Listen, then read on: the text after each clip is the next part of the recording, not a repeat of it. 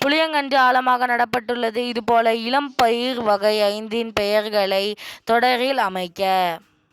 பெண்கள் வயலில் நெல் நாற்று நட்டனர். தோட்டத்தில் மாங்கன்று ஒன்று வளர்ந்திருந்தது.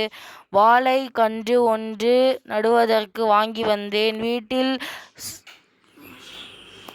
வீட்டு வாசலில் 2 தென்னம்பிள்ளைகள் நட்டு வைத்து வருகிறேன். காட்டில் பனை மடலியை கண்டேன்.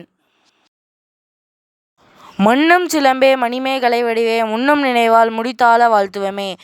இவ்வடிகளில் இடம்பெற்றுள்ள காப்பியங்களின் பெயர்கள் எழுதுக.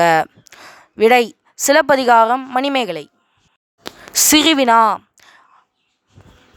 தமிழன்னையை வாழ்த்துவதற்கான காரணமாக பாவலரேறு சூட்டுவன யாவை?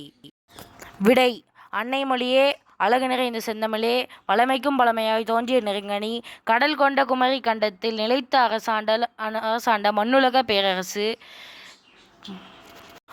பாண்டிய மன்னனின் மகள், திருக்குறளின் பெரும் பெருமைக்குரியவள், இன்றிய 10 பாட்டு 8 தொகையாகவும் நல்ல 14 கீழ்க்கணக்காகவும் நிலைத்த சிலப்பதிகாரமாகவும் அழகான மணிமேகலையாகவும் விளங்குகிறது. எனவே தமிழன்னையை பொங்கி எழும் நினைவால் தலைவணங்கி வாழ்த்துகிறேன் என்று பாவலரேறு காரணம் கூறுகிறார்.